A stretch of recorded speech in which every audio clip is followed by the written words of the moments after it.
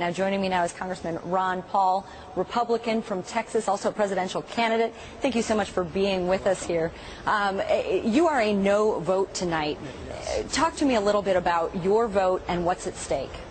Well, I've been worried about the spending and the deficit for about 30 years, believing we'd get to this crisis. I've never voted for an appropriation bill because of that, other than some minor ones, believing that if we keep spending, the debt's going to be too big and we're going to have a crisis, so we're there. So the last thing in the world I would even ever consider is raising the debt limit so they can keep spending more money, because the expenditures what the problems are, and then the debt is secondary to that. But when governments spend the money, the people don't have the money.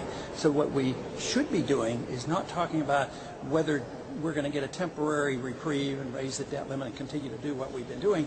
We ought to ask, what should our government be doing? Should our government be the policeman of the world? Should the government be running an entitlement system which they can't afford? Or should we obey the Constitution and just live up to our promises? So I want people to start talking about that rather than the technical arrangement of adjusting for paying our bills, which is not the main issue, because the bills are going to get paid for. The big thing is they're going to pay with bad money. We did hear a lot of concern from the business community. We had a letter sent to members of Congress and the President today from CEOs of all of the major banks. We had another letter sent specifically to the House of Representatives supporting Speaker Boehner's bill from the Chamber of Commerce, from a number of industry groups. Are they wrong to be worried about August 2nd? No, they should be. They should be worried, but they're afraid we might cut spending, and they're all on the dole so often. So many of them getting contracts from the government, and we should be cutting back on that. They could be calling for the military-industrial complex. What if we changed our foreign policy and we didn't just build weapons? What if we took care of sick people instead? They would feel like, they might be losing out. So they do have an interest in perpetuating the status quo, but we need to change the status quo, because this deficit financing and big government spending cannot be maintained. And getting back to this vote tonight and sort of the divide that we're seeing within the Republican Party, do you think that it's going to pass? Do you think that ultimately House Speaker John Boehner is going to win enough Republicans over to get this thing through? I think there's no doubt that they will raise the debt limit and we will go back to spending again. Whether it's going to be a vote tonight, if he calls a vote tonight, we're not absolutely sure yet. If he calls a vote tonight, he'll pass it. He won't call that up and it goes down. That doesn't happen. So he's working on a few more votes to make sure it does pass. But whether it's tonight or tomorrow, the next day, before August 2nd, because they have a lot of trips to make. August 2nd is more related to the month of August being off, because there's nothing magic about August 2nd. This is a bunch of fear-mongering going on, that the checks won't come to Social Security beneficiary. But what they ought to worry about is all of us getting checks and money that has less value. That is the default this country ought to be worried about. Treasury Secretary Tim Geithner has issued a lot of calls of concern about that August 2nd deadline, but you're not buying it.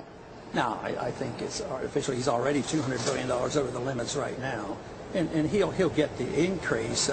But they have to put pressure on people. They would like the technicality of the laws changed. But just think of what they did for bailing out foreign governments. They came out with $5 trillion from the Federal Reserve to bail out other countries and other banks. So they're not going to let anybody fail. We're not going to fail to pay our interest and take care of the bond market, but we're going to fail to protect the value of our currency. And there has certainly been a lot of talk, though, about this August 2nd deadline. Do you see there being some kind of compromise bill, even if this vote doesn't happen tonight, even if this bill does not, House Speaker John Boehner's bill doesn't pass? What do you see happening in the next week? It might be a short one, but they'll do something. Something will happen before August 2nd. They build up too much anticipation for this. So whether it's Obama would have to compromise and say, well, see, he wants it to go through the election, and people can see through that pretty easily, So, but he might have to say, well, get me something for 5 months or something like that, and settle some of these arguments some other day. But something will happen. Do you think that Republicans have already taken a lot off the table, especially in terms of the tax overhaul that the White House was originally pushing for? Oh, I think so, but, they haven't touched the issue because nobody's talking about any spending cuts. There's not real spending cuts. They're just talking about the CBO increases. All these cuts are fictitious. So if they're going to give up some spending cuts, they're not giving up anything. Now, this House Speaker John Boehner's bill, $915 billion. I know it is discretionary spending. Why do you say not real? Because they're cuts from proposed increases, according to CBO. So they've had these. There's no cuts in the next 10 years. It's all cuts in the proposal.